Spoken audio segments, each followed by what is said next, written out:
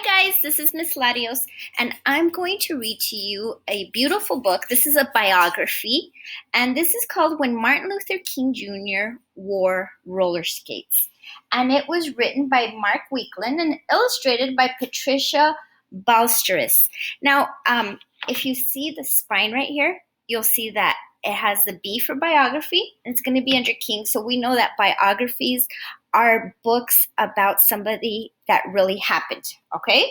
So here's a true story. And what I really like about this book, one of the reasons I chose this book is because we always think, when we think of Martin Luther King, we think of him as an adult, with his speeches, but he was a child too. So I want you guys to see he was just a regular kid like you are. When Martin Luther King Jr. was 8 years old, a woman in a department store lunged at him and slapped him. "You stepped on my foot," she yelled. Martin didn't know how the angry white woman standing in front of him, but he stayed calm. Although he was shocked, he simply walked away.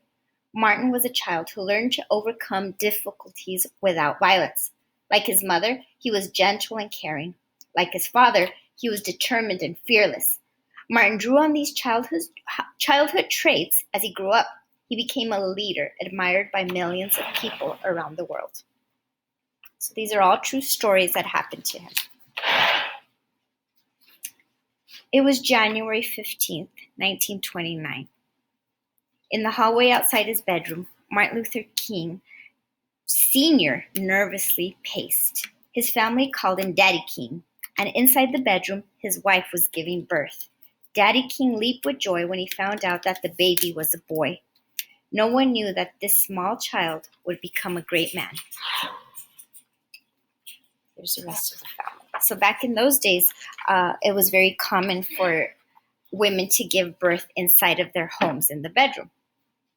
The Kings named their son Michael after Daddy King. But a few years later, Daddy King changed both his name and his son's name to Martin. Martin's parents gave him a wonderful life. He lived in a comfortable home. He had a younger brother and an older sister to play with, and he had loving adults all around him, including his grandparents who lived in the same house. Daddy King was a minister. His sermons and his interest in civil rights helped shape Martin's beliefs early on.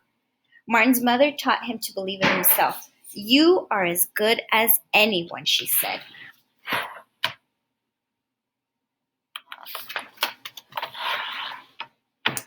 In Martin's family, church was an important part of life.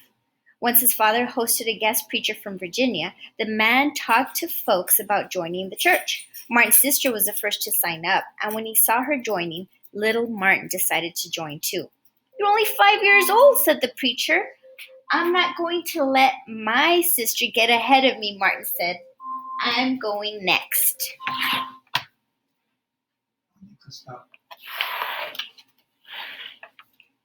Martin's family lived in a 12-room house on Auburn Avenue in Atlanta, Georgia.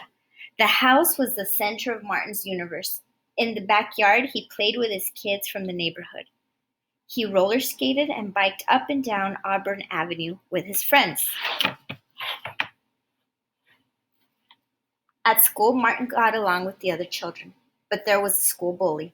And when that bully hit him, Martin refused to fight back. He knew violence was not the answer.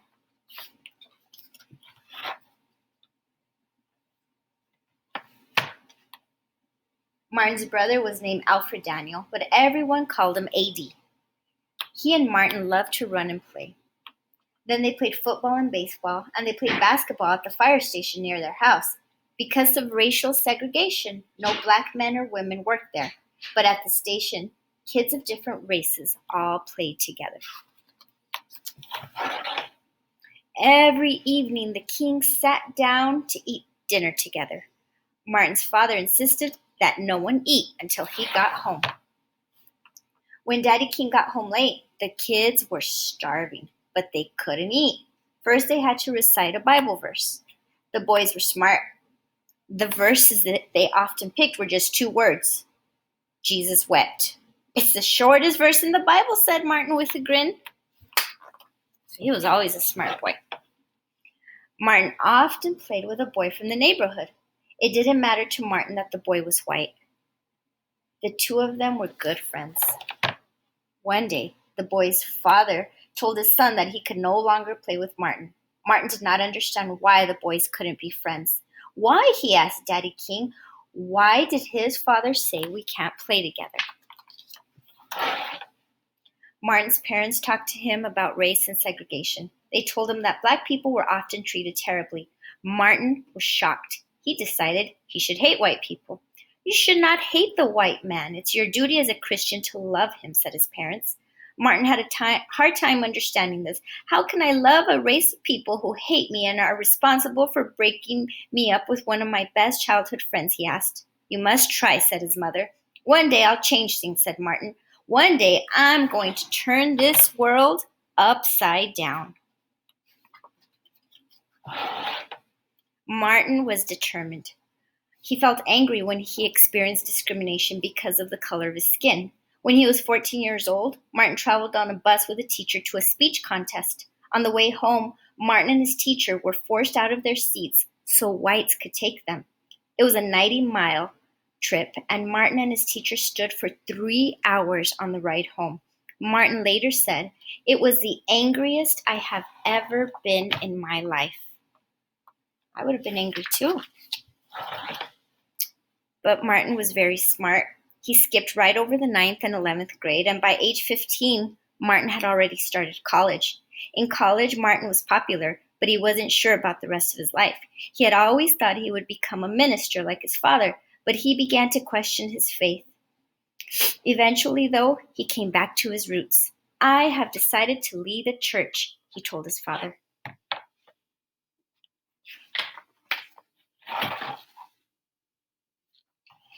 By the time Martin was 25 years old, he had earned a doctoral degree. He married Coretta Scott, and like Martin, she believed in the importance of peace. The couple settled in Montgomery, Alabama, and had 4 children.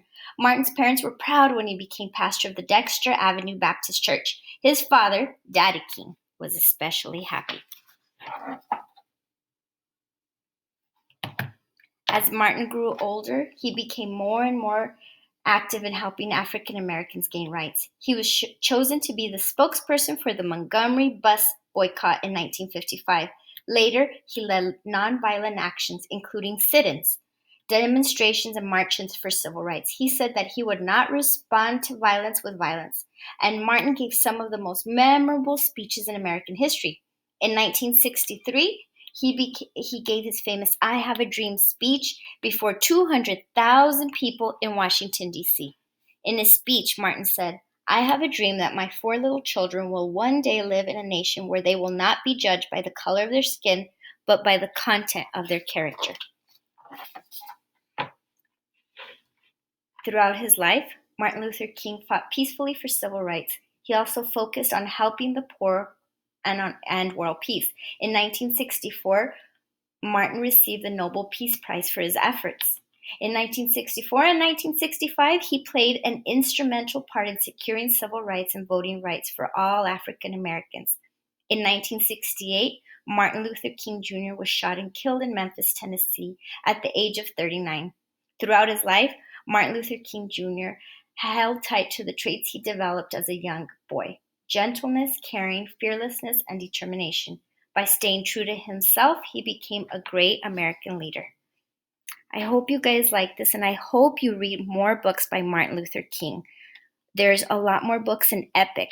And one thing I want you guys to really focus on is that when he won in 1964, he won the Nobel Peace Prize. Eastwood Knowles was already 1 year old. So this did not happen that long ago, okay? By the time he had been killed, Eastwood Knowles was already up and running, all right? We had already been up for 4 years. So I want you guys to remember this, okay? All right, guys, have a good day.